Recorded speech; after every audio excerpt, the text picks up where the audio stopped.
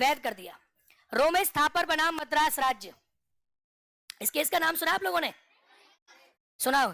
ये एक ही क्लास में खत्म होना जरूरी है क्योंकि ये वाद है ना, केसेस हैं, बीच बीच में आते रहते हैं इन लोगों के ना, तो आज ही खत्म करें ना इसको।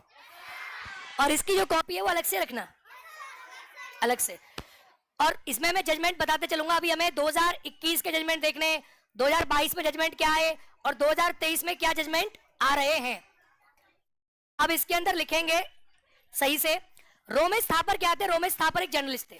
अब क्या हुआ सुनो, इनकी एक मैगजीन आती थी। क्या आती थी इनकी एक?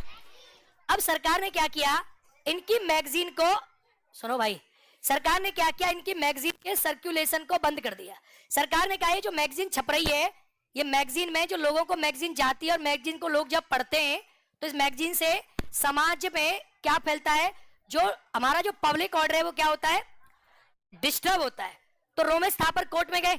रोमेश थापर ने कहा कि आर्टिकल 19 में मुझे अपने विचारों की अभिव्यक्ति करने की आजादी है या नहीं है, मुझे राइट टू एक्सप्रेशन है या नहीं है। आपने पढ़ा है कि आर्टिकल 19 के सब क्लॉज ए में है या नहीं है।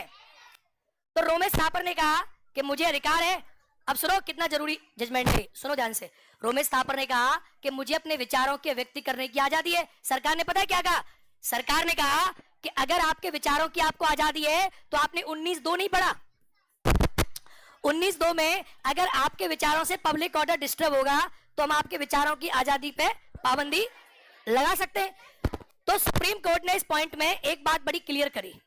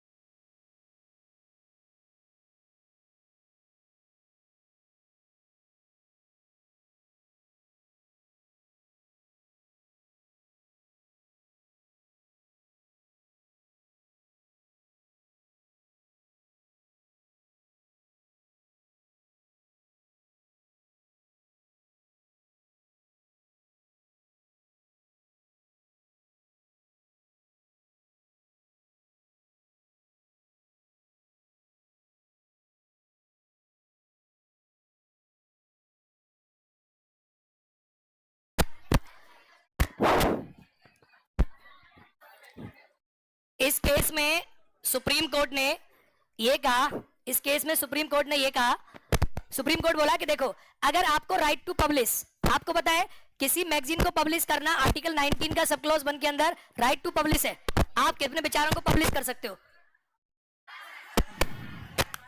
यहां सही है, अब सही है। सुप्रीम कोर्ट ने कहा कि आप अपने विचारों को, अब ठीक हो गया बात। सुप्रीम कोर्ट ने कहा कि आप अपने विचारों को पब्लिश कर सकते हो। अगर आप रोमेश थापर को अपने विचारों को पब्लिश करने के अधिकार को आर्टिकल 19 सब क्लॉज 1 के अंदर मान रहे हो तो आप किसी के विचारों को सर्कुलेट करने से नहीं रोक सकते। तो आर्टिकल 19 में सुप्रीम कोर्ट ने पहली बार एक वर्ड दिया कि आर्टिकल 19 में अपने विचारों को पब्लिश करने का अधिकार भी है और सर्कुलेट करने का अधिकार भी है। यानी मैगजीन आप लिख सकते हो, ये भी 19(1) है, बेचारा व्यक्ति है, और उसको मैगजीन को विस्तारित भी कर सकते हो, बांट भी सकते हो, ये भी अनुच्छेद 19(1) के सब क्लॉज ए में है। और हाँ, अगर उस मैगजीन से प्रॉब्लम हो रही है तो सरकार 19(2) में पाबंदी लगा सकती है। तो इस केस में बड़ी सिंपल बात निकल कर आई कि राइट टू, आपको पता है आर्टिकल 19 में 19(1) में आपको राइट टू क्या है, right to speech and expression है। उसके अंदर आप मैगजीन वगैरह पब्लिश कर सकते हो अपने विचारों को, और आप अपने विचारों को सर्क्यूलेट भी कर सकते हो, ये सुप्रीम कोर्ट ने बोला, but it should be under the dimension of article 19(2), यानी you will use article 19 sub clause 1, आप इसका प्रयोग इसके दायरे में रहकर करोगे। तो आप लिखें इस वाद में सर्वोच्च न्यायालय ने फौज लोग को मौलिक अधिकार में नहीं पढ़ा तुमने, मतलब मौलिक अधिकार में पढ़ा है, लिख। रोमेश थापर बनाम मद्रास राज्य में इस वाद में सर्वोच्च न्यायालय ने अनुच्छेद 19(1)(a) में विचारों की अभिव्यक्ति, अनुच्छेद 19(1)(a) में विचारों की अभिव्यक्ति, अनुच्छेद 19(1)(a) में विचारों की अभिव्यक्ति और विचारों को प्रसारित करने के अधिकार को शामिल किया। विचारों को प्रसारित यानी राइट टू सर्कुलेट, विचारों को प्रसारित करने के अधिकार को शामिल किया। जब आप मेंस में लिखोगे you will add these points कि आर्टिकल 19 के अंदर क्या क्या है। विचारों को प्रसारित भी कर सकते हो आप, ये कहा था रोमेश थापर वाद में, विचारों को प्रसारित करने के अधिकार को भी शामिल किया।